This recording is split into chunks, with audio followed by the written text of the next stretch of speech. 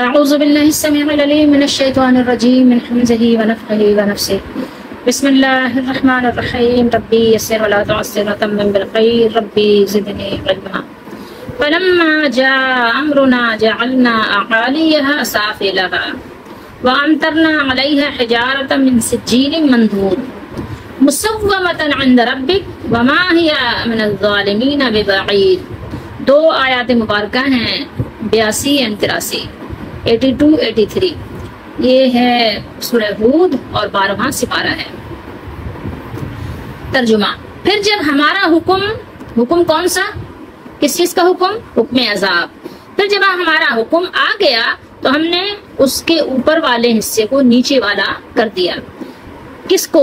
بستی کو، یعنی پوری بستی کو اللہ نے، پورے شہر کو اللہ نے، پوری آبادی کو اللہ نے اٹھایا اوپر، فرشتوں کے ذریعے سے اس کو اٹھوایا اور اس کے بعد اس کو الٹا کر کے نیچے پھر زمین میں کر دیا۔ جیسے آپ کوئی چھت کو اوپر اٹھا کر لے جائیں کسی مشین کے ذریعے سے اور اس کے بعد اس کو الٹا کر کے اسی گھر پہ گرا دیں، اسی طریقے سے پہلے تو ان پر کنکر پتھر برسائے جو وہ تھے نشان زدہ تھے، اور اس کے بعد اللہ تعالیٰ نے اس بستی کو الٹ پلٹ کر دیا۔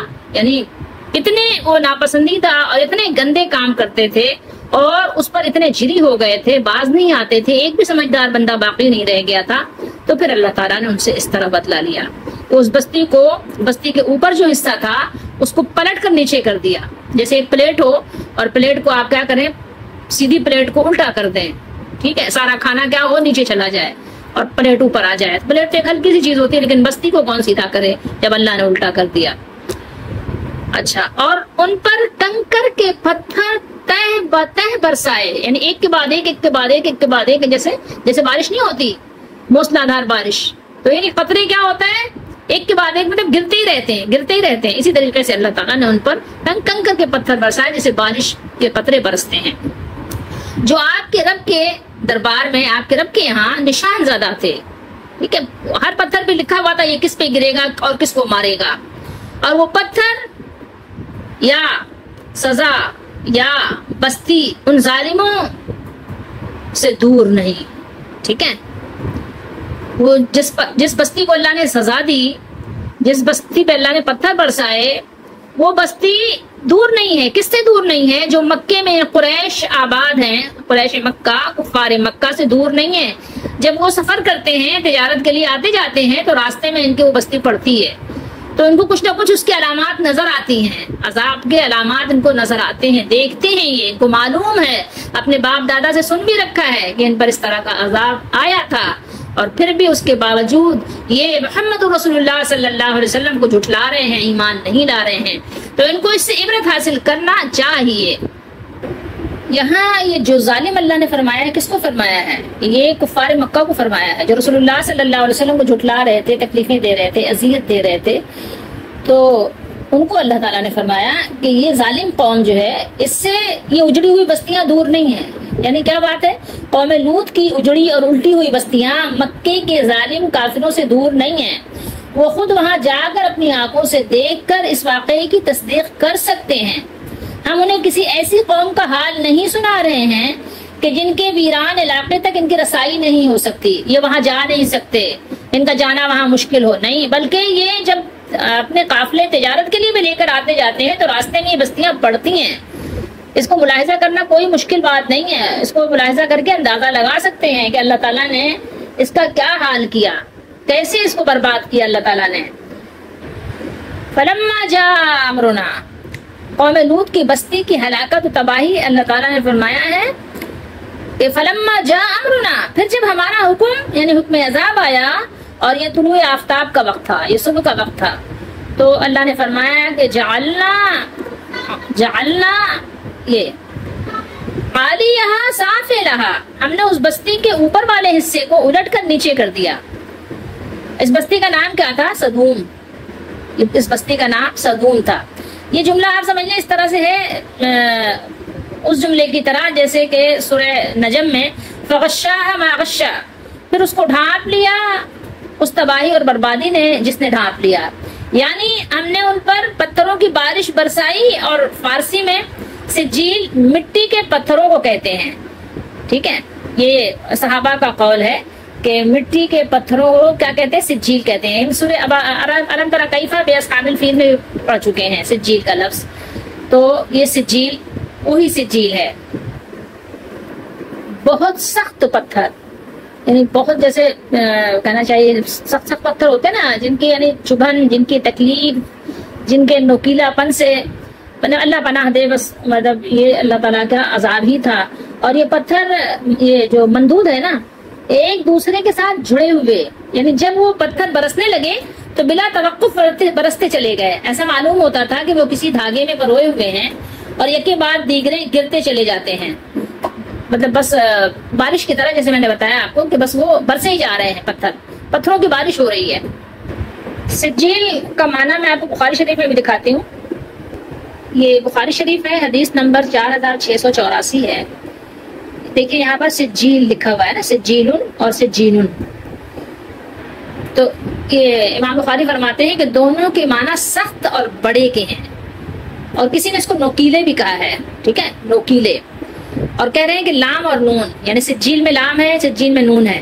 لام اور نون کیا ہیں؟ یہ دونوں، یہ آپس میں دونوں بہنیں ہیں، یعنی ایک دوسرے سے بدلی جاتی ہیں. یعنی کبھی سجیل استعمال ہو جاتا ہے اور کبھی سجین استعمال ہو جاتا ہے. سمجھ رہے ہیں بات کو؟ تو یہ میں نے آپ کو یہاں سے بھی دکھا دیا تاکہ یہ بات کنفرم ہو جائے، سمجھ آ جائے. مسومتاً، نشان زدہ. وہ پتھر کیسے تھے؟ نشان زدہ تھے، یعنی ان پتھروں پر نشان بھی لگے ہوئے تھے، اور جن ظالموں کو وہ پتھر لگنے تھے ان پر ان کے نام بھی لکھے ہوئے تھے. یہ سمجھیے کہ گویا ان پر قدرت کے مالک کے اسلحہ سازی کے کارخانے کی مہر لگی ہوئی تھی. امام قتادہ اور اکرمہ رضی اللہ تعالیٰ عنہ یہ فرماتے ہیں کہ وہ پتھر نوکیلے تھے جو قدرے سرخ رنگ کے تھے. اور انہوں نے یہ بھی بیان کیا ہے کہ مسومتاً یہ پتھر شہر والوں پر بھی برسے اور گرد و نواح کی بستیوں پر بھی یہ برسے. قرآن مجید میں اللہ تعالیٰ نے ایک سبق بھی دیا ہے. سبق تو ہر ایک کے لیے ہے، لیکن ایمان والے سبق حاصل کرتے ہیں. یہاں فرمایا کہ یعنی آج لوگ ظلم کی کسی بھی روش پہ جو بھی ظلم کر رہے ہیں، یہ تو بہت ہی گھناؤنا ظلم تھا، تو جرم بھی تھا. تو جو لوگ ظلم کی اس روش پہ چل رہے ہیں ان کو یاد رکھنا چاہیے، وہ بھی اس عذاب کو اپنے سے دور نہ سمجھیں. عذاب اگر قوم لوط علیہ السلام پر آ سکتا تھا تو ان پر بھی آ سکتا ہے. اللہ کو نہ لوط علیہ السلام کی قوم عاجز کر سکتی تھی اور نہ کوئی اور عاجز کر سکتا ہے.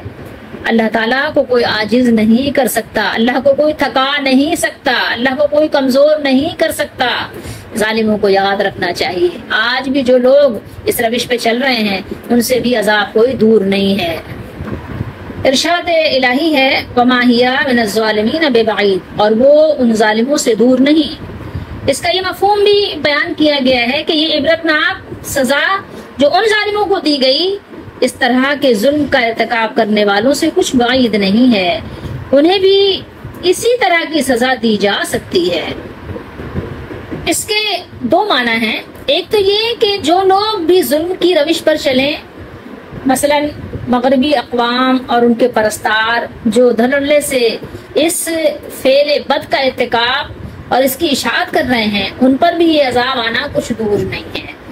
یا آپ کہہ سکتے ہیں کہ الف لام، جو الف لام آپ کو نظر آ رہا ہے، یہ الف لام عہد کا ہو تو ان ظالموں یعنی رسول اللہ صلی اللہ علیہ وسلم کے زمانے کے کافروں پر بھی نزول عذاب بعید از قیاس نہیں ہے.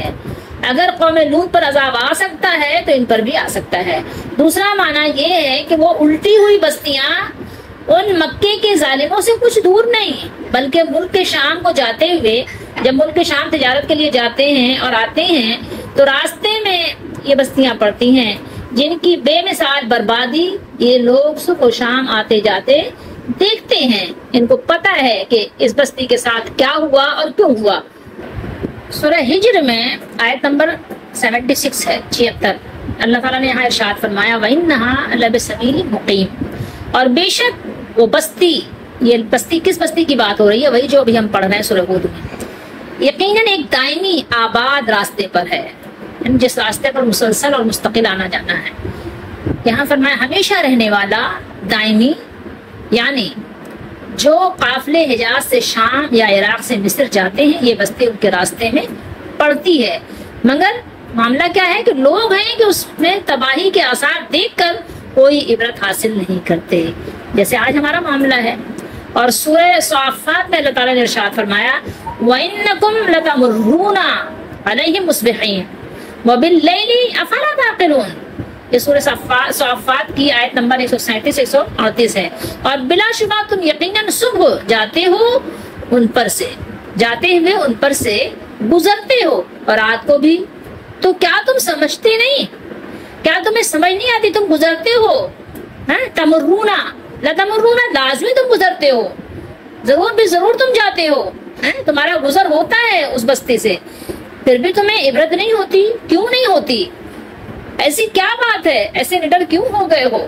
اتنے بے خوف کیوں ہو گئے ہو؟ کیوں نہیں سمجھتے؟ اپنا بھلا برا کیوں نہیں دیکھتے؟ اس پر غور کیوں نہیں کرتے؟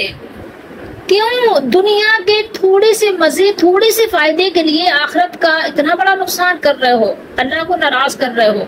اور اللہ تعالیٰ نے تمہارے لیے ایسے خوبصورت طریقے دیے ہیں جس سے تم اپنی ضرورتوں کو بھی پورا کرو، خواہشوں کو بھی پورا کرو، لیکن تمہاری فطرتیں اتنی مسخ ہو گئی ہیں کہ تم نے اللہ تعالیٰ کے بنائے ہوئے قانون اور فطرت کو بدل ڈالا۔ اللہ نے تمہارے لیے عورتیں بنائی اور تم نے عورتوں کو چھوڑ کر مردوں کے ساتھ یہ کام کرنے کو اختیار کر لیا، تو پھر اللہ کے غضب کو تم نے دعوت دی۔ اللہ تعالیٰ نے ان پر 3 طرح کا عذاب بھیجا۔ چلے پھر موقع ہوگا تو بتائیں گے کہ یہ 3 طرح کا عذاب ان پر کیوں آیا۔ اللہ تعالیٰ ہم سب کو سمجھنے کی توفیق دے اور سچی پکی توبہ کرنے کی توفیق دے اور اپنے مالک کا وفادار بن کر رہنے کی توفیق دے، اور بے شک اللہ تعالیٰ کی دستگیری سے ہی کام بنتے ہیں۔ اللہ ہم سب کو ہدایت والی زندگی دے اور ایمان والی، عافیت والی، اپنی رضا والی موت عطا فرمائے، آمین۔